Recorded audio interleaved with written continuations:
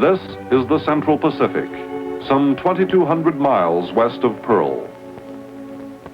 Slightly over a decade ago, during World War II, these Pacific waters witnessed the fast carrier task forces of Halsey, Spruance, Mitcher, and McCain. But this was the past. Today, a new kind of history is being made in these same waters. These are the ships of Joint Task Force 7 at sea between Eniwetok and Bikini Atolls. Aboard these ships, men wait. Wait for the flash that rivals 1,000 suns. And then the towering, boiling cloud heralding the firing of another thermonuclear weapon at the Atomic Energy Commission's Eniwetok Proving Ground. Eniwetok, 162 degrees, 15 minutes east. 11 degrees, 30 minutes north. Once Joint Task Force 7 swings into its operational phase, the waters around Eniwetok and Bikini Atolls will be your home for a number of months. Eniwetok is the headquarters ashore for the commander, who may be Army, Navy, or Air Force, his staff, and task group commanders during the between-shot periods. Bikini Atoll is the site of a base camp which is used primarily by scientific personnel in preparing for shots at that atoll, and is the site of a Navy recreation camp.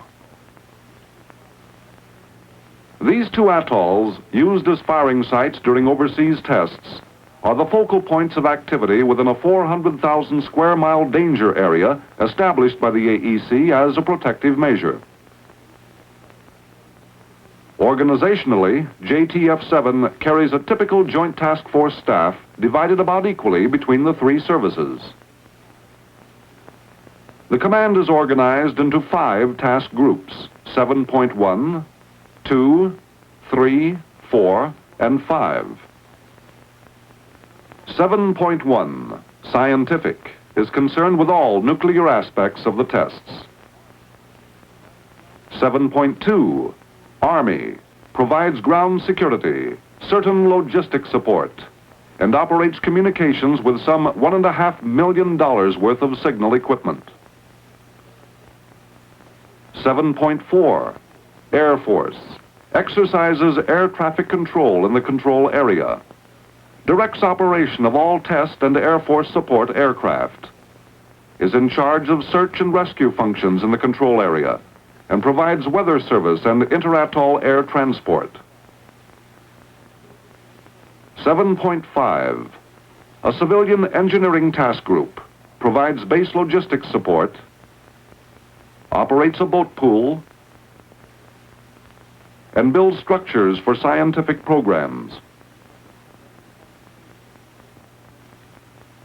7.3, Navy, has a wide range of responsibilities during the conduct of overseas testing. As a part of this task group, your duties will be many and varied. You will provide aerial and surface security and safety patrols in the danger area. You will provide for surface ship transportation between the ZI and the Eniwetok Proving Ground and between atolls. Small boat and helicopter transport at Bikini Atoll. Shipboard command and communications facilities for operations afloat and support of various scientific projects. It doesn't really matter whether you're a seaman or a task group commander. You're going to have responsibilities, duties, and you will put in a lot of hours during any given test series at the Eniwetok Proving Ground. It won't really matter either if you spend your time at Eniwetok or Bikini Atoll. Any way you look at them, they're not Honolulu.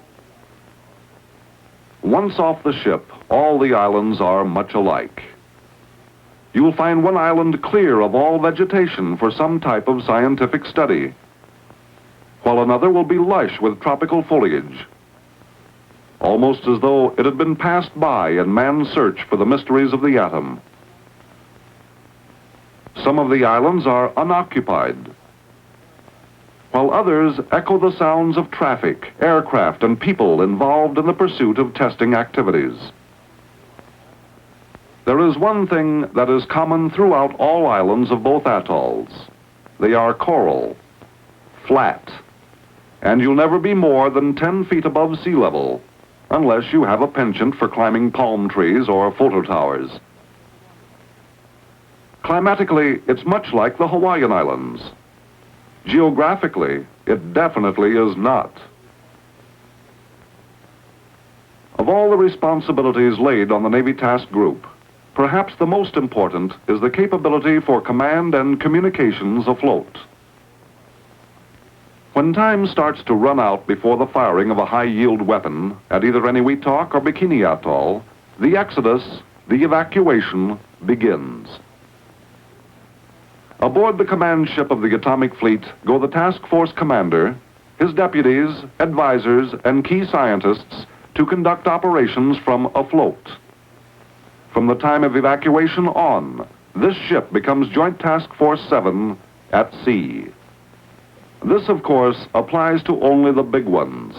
For the small ones, you'll probably remain at anchorage and watch from there. Aboard the other ships of the fleet, as they head for the open sea, the daily routine, in line with assigned duties, is carried out. If you're a carrier man, the chances are you'll be making a last check of your copter. There are no fighters on board, only choppers to carry strangely garbed men back to shot-blasted islands to recover scientific records. If you're a destroyer man, the chances are that you're out on patrol, making a surface check to be sure no trespassers are inside the danger area. In addition, you'll be launching balloons and firing rockets to obtain the latest weather data. If you're an airman, you'll be high over the ocean making your security check of both air and sea. Or you're a crew member of the A3D, one of the Navy's effects aircraft, waiting at your airborne station to subject you and your plane to the heat and shock that follows the detonation of a high-yield weapon. If you're attached to one of the two strangely equipped Liberty ships of the task force, you'll find your duties interesting and possibly unnerving at times. These are the fallout collection ships that are deliberately sent into radioactive areas after a shot to collect data on how much and how fast the radioactive material falls back on the ocean surface. At shot time, Task Group 7.3 is an entity made up of many things. The ships, the planes, the men. You may be the flagship skipper or his navigator, a talker, a helmsman, a seaman, the task group commander, a signalman, or a gunner's mate on a destroyer firing rockets to 100,000 feet to radio back winds and temperature aloft. You might be the airman thousands of feet above the ships, or the task force commander getting a last-minute briefing from your weather officers. You could be a crewman on the LSD. Not too many hours ago, your ship brought the weapon on its barge to the firing site. What you saw as inanimate metal will soon erupt into the flame and fire of a hydrogen bomb. You could be alongside the scientist who leans against the rail of your ship, sweating out the last few minutes and seconds. Will his weapon succeed or fail? You may be locked deep in the hull of a fallout ship, shielded by steel and lead, also sweating it out. Or you may be looking over the shoulder of a scientist at a control panel on the command ship as he sets in motion the arming and firing mechanisms. -10, 9, 8, 7, 6, 5, 4, 3, 2, 1, T0.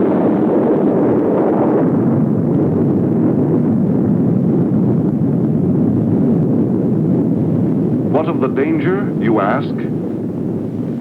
Certainly, the element of danger is always present. Once the flash and fire dissipate, only the cloud remains.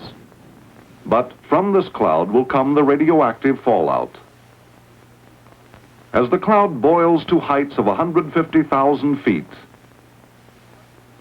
far below the yags, the collection ships, guided from a control room below deck, steam intentionally into the fallout area to collect data. Fallout is not something you can feel or see or taste.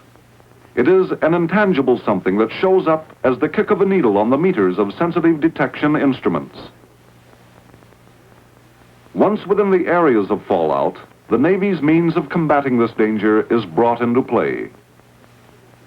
Washdown systems are activated that cover the ships with a fine spray. This is one way of reducing the contamination. Other techniques for cutting down or eliminating the hazards of radiation call for liberal applications of Norwegian steam. Some of you may call it elbow grease. This system utilizes a series of washdowns with steam hoses and scrubbers. Radiation from fallout is a danger. No one has ever made claims to the contrary. But if you take the time to study it, learn its causes, effects, and limitations, you've won a major part of the battle. Instead of fearing, you understand. Instead of fleeing from an unseen danger, you live with it and accept it. Once a shot is over, the chances are you'll return to your anchorage to get ready for the next one, and at the same time, relax a little. There is a time for many things here in the Central Pacific.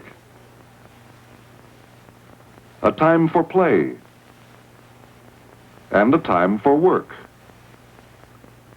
A time to dream, and a time to worship. A time to think, and a time for decision. You'll see all types of firings during your tour in the Inuiatok Proving Ground. Small shots, big shots, air bursts, water bursts, underwater bursts, and land bursts. This is Task Group 7.3, Fleet Post Office, San Francisco.